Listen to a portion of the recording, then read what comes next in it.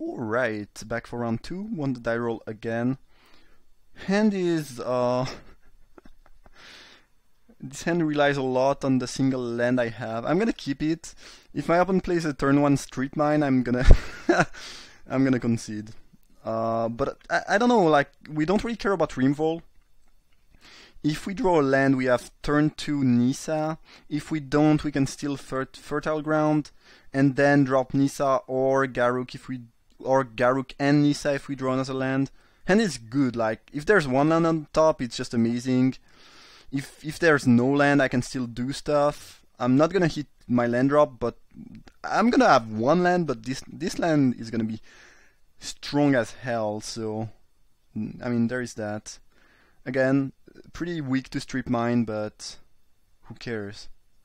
Who cares? I'm not even sure there's Strip Mine in this cube. There should be, but maybe they shaved it, I don't know. I saw Wasteland. Pretty sure Strip Mine is still in this cube, but you never know.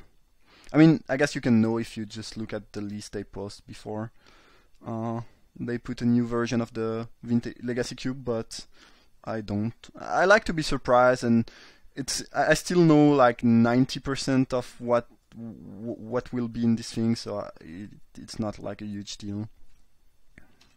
Oh, I have to choose. Let's pick blue.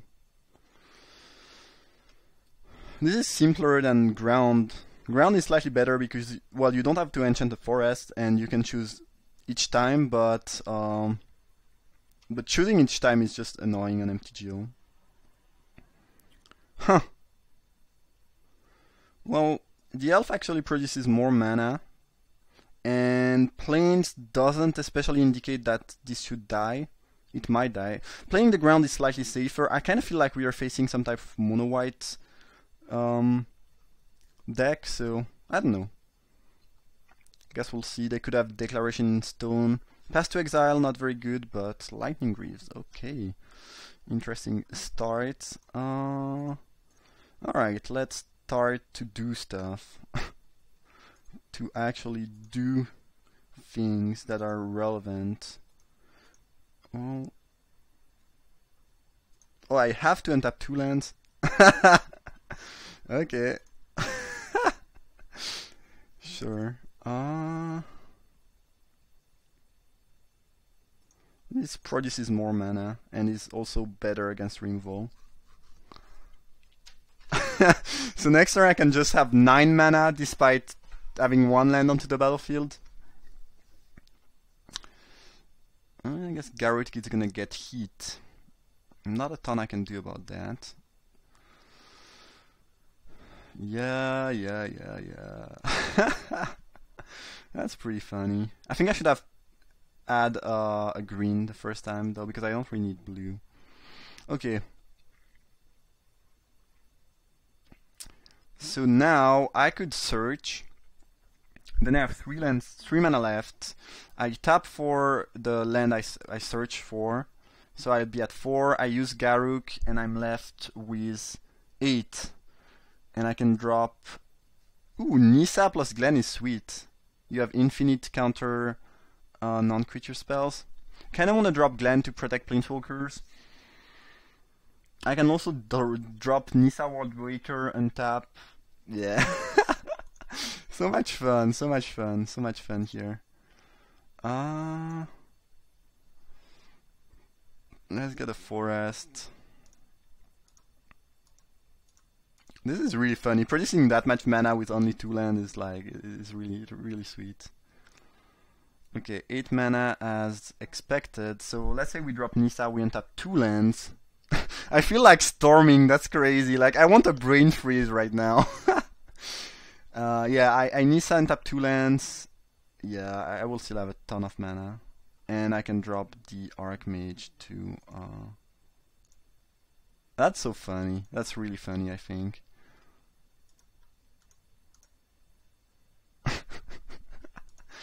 And yeah, I can drop Archmage and leave this to counter something potentially. I think casting Bloom Tender is fine. I kind of want to be able to counter, you know, something like Gideon or who knows. And dropping Nissa is not very good because I already have 1. The storm deck, the storm green deck. That's really cool though. But I told it during the draft. This card works pretty well together, and I think we assemble. Yeah, we need the Kiora follower, but we pretty much got all the pieces of the combo. That's sweet and funny.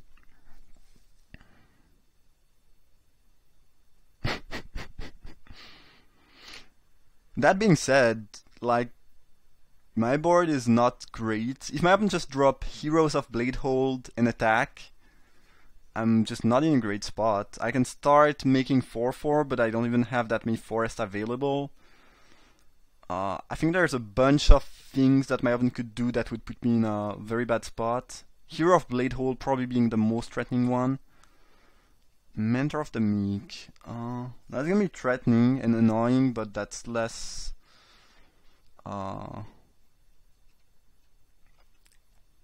less problematic just right now. So if they attack, I will block the Mentor because I think it's more threatening than the Spirit. And if they want to sack the Spirit to protect their Mentor, then they don't deal damage. So I guess both are attacking Garruk. Alright. Yeah. So we got rid of Mentor, which is fine. Okay, now we have an island for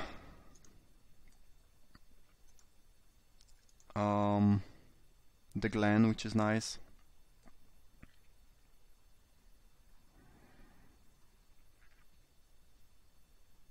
This Nissa is actually less good than the other one, I kind of feel like.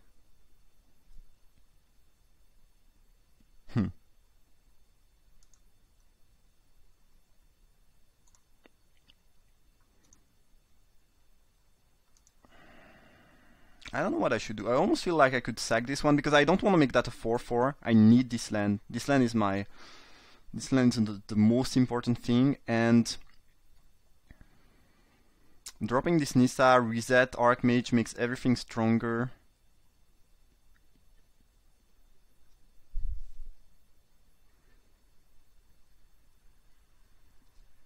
I don't know, it feels like I don't care about untapping lands really anymore.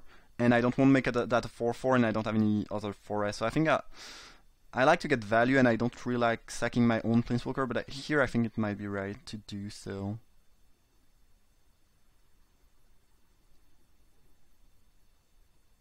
Yeah, that seems quite good to me. Yeah, I guess I'll untap these two.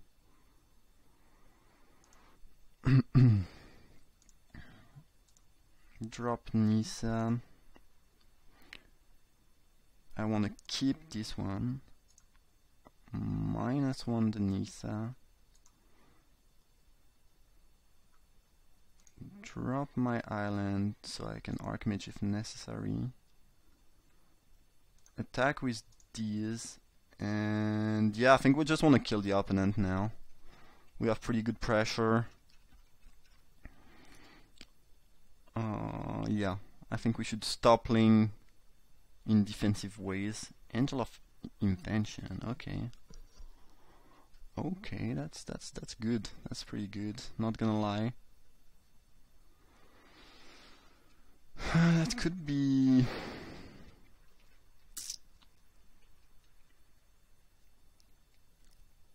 That could be unerasable. Definitely trading the Glen. Garruk is gonna die, but oh well. Such is life. Song of the Dryad. Well, I can't target the Angel.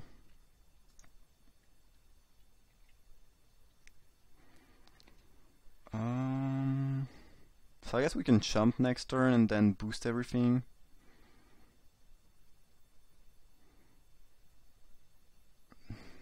I kind of doubt playing Song of the Lightning Greaves is that good here. I highly doubt that, actually. Yeah, lifelink is annoying, though. I'm not sure how I'm supposed to raise that. I'm doing a bunch of funny things with my mana, but I cannot even, you know, defeat an angel. Karmic Guides. Yeah, that's good, that's good. So I guess Nissa dies now. no matter what I do. A bunch of flyers with Lightning Greave is annoying for sure. It is for sure annoying. Selfless Spirit, yup. Yeah. I think despite doing a bunch of funny and cool things, we will lose that one pretty soon unless I top deck something really good. I have some good draws though, like upheaval and opposition means game over for the opponent. And yeah, I have some other good cards. That being said, there's a bunch of lands left in my library still, so we are pretty likely to draw lands. The cool thing is that my opponent forgot to put the Greave back on the Angel, so now we actually have a decent shot at racing them. Because, yeah. Because Selfless Spirit is not gonna save the Angel. Alright, this beats down, this beats down. This I probably want to keep around. And this can attack. Yeah, I don't really want to trade and then they play a busted, you know, non-creature spell. That'd be annoying. And that's 9 damage. They are at 16, so yeah, I mean, and they have 2 cards left in the hand actually. Pretty sure my opponent would have been in a very good spot if they had just moved the Greaves on the Angel. I mean, you don't really expect a ton of removal from blue-green, obviously, but still.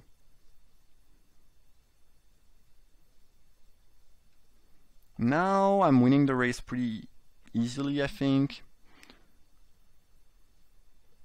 They can only play creatures. We should be good. We should be good. Pretty sure I just lose that game if the Greaves are getting put back on the Angel, though. Or being put back on the Angel. And expectedly absent for 1 on that. It feels like a bait to me. It feels like a bait to me. I don't really think I care too much about that. Especially since they paid 1, so I'm not drawing it right away. I don't know. It feels like it's a bait, and maybe they have a removal to deal with my forest or something along those lines. Spell Pierce, not looking especially good.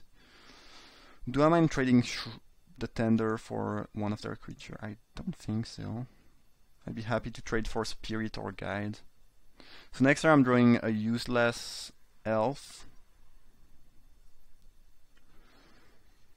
And my opponent is gonna go down to 2 though, and I can counter any non-creature spell, so this has trample, so if you want to block and sack, it's not gonna help you.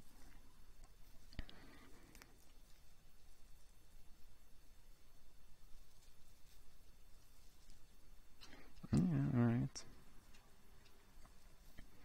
They sacked. Alright. They need to find a way to deal with that 5. I mean, they can just play a huge creature. Like if they play Sun Titan, for example, it's gonna, do the trick. So I could counter that. But they are still dead here. Because, well, I take 5 if they attack me, but I don't care about that. If they crew, they still take 2 damage of trample, so this doesn't really save them.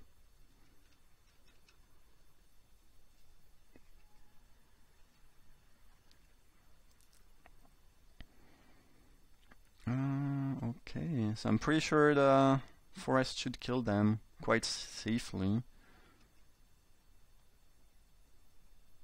Unless I missed something. But here if they crew, they take 2.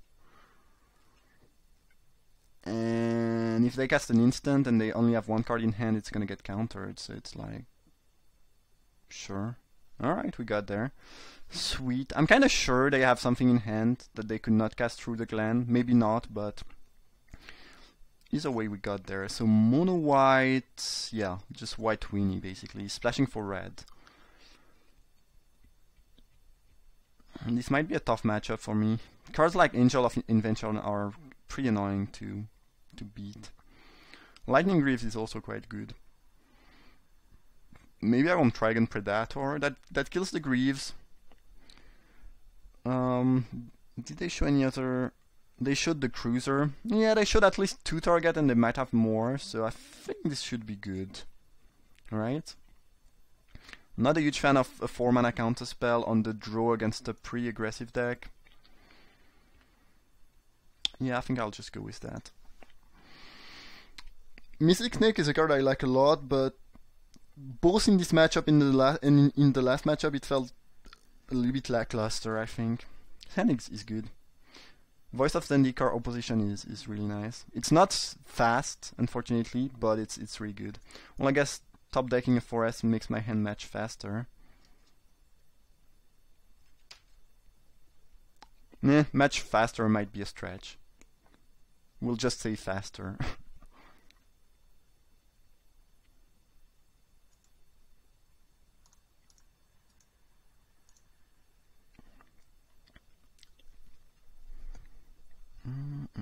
Unfortunately, I don't really have great tools to protect Nissa right now. Mabandro is really good. Oh, they have the Bolt. That sucks. That sucks. What do we do now? So we could drop Nissa and Elvish Mystic and then opposition.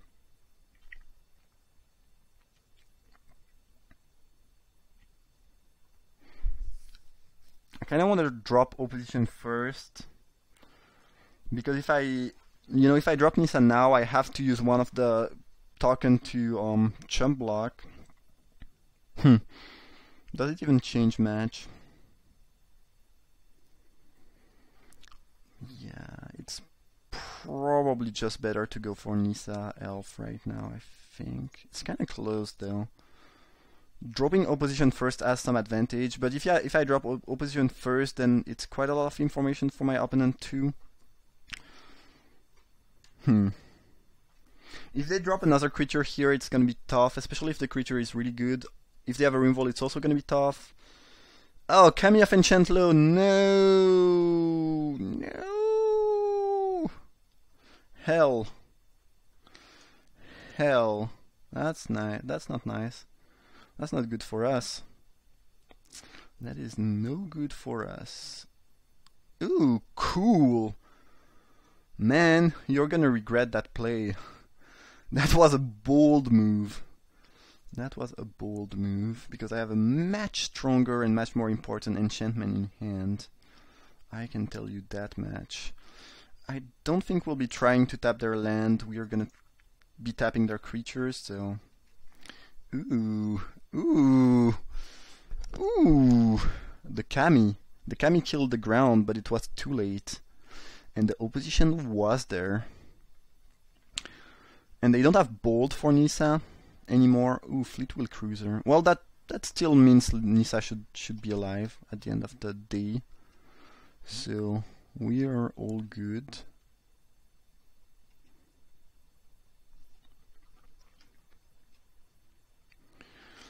This is gonna get tapped. And the Monk too. Ooh, being able to keep Nissa around here is just... Ooh, it's magnificent. And Vehicle are quite bad against opposition. Though I guess if I try to tap a creature, they can use it to crew the vehicle. So no, never mind, it doesn't change a ton. Yeah, it doesn't change much. Spell Pierce was not the best draw. If Nissa doesn't die this turn, I think I win. Because then there will be too many tokens and it's gonna be too awful for the opponent. Sure. Yeah. Sure. But if she doesn't die, yeah, I think it's just gonna be a lock. So let's start by tapping this and see what happens.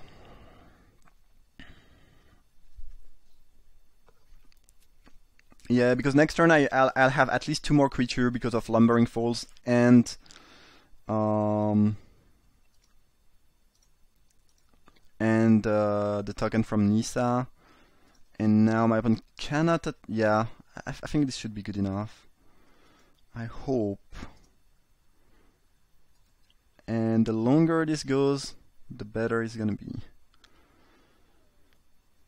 Alright, I guess the worse it's gonna be for my opponent. Okay.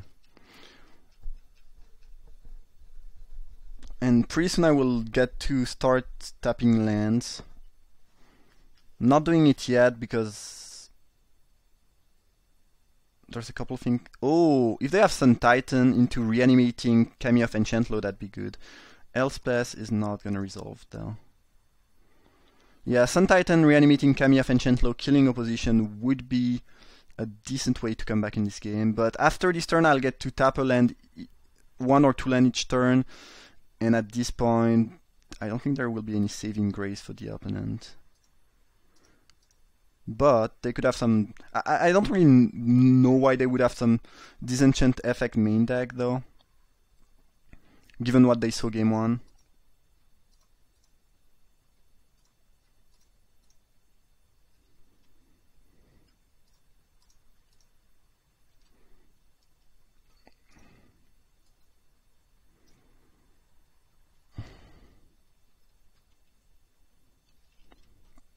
Oh, I forgot to put a stop on the upkeep. My bad. If they have Sun Titan here, I lose probably, so that was really not good.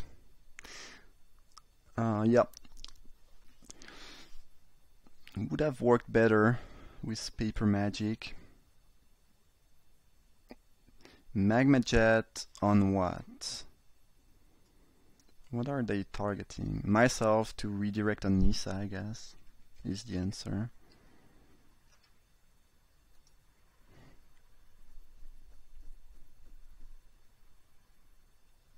Bottom, okay. Nothing too good right now, it seems.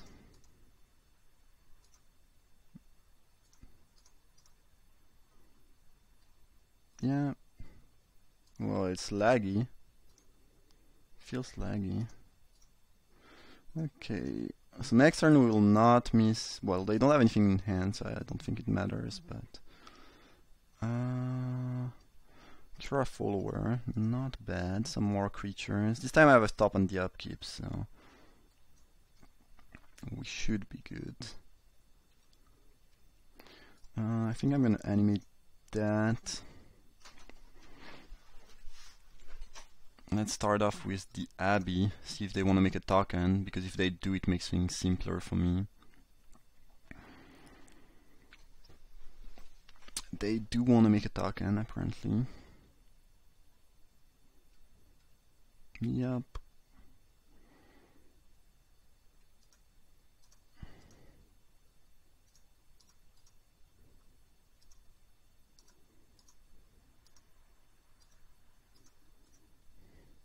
At some point we'll get to start to attack too, which is definitely relevant. Glen, I think this is the full lock basically. Soon I'll probably boost all my creatures too.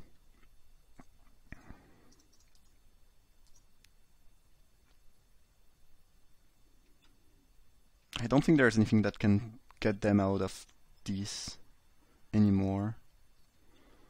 Maybe.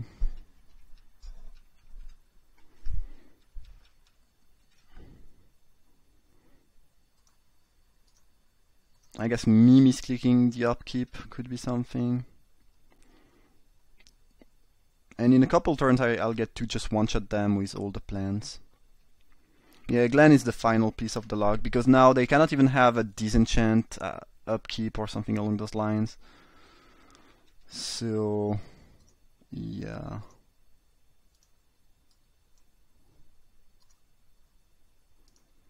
Let's tap that.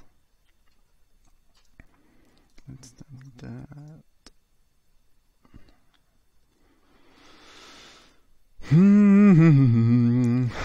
So if you wonder what was an easy way to win games in Legacy Cube Draft, you just pick opposition and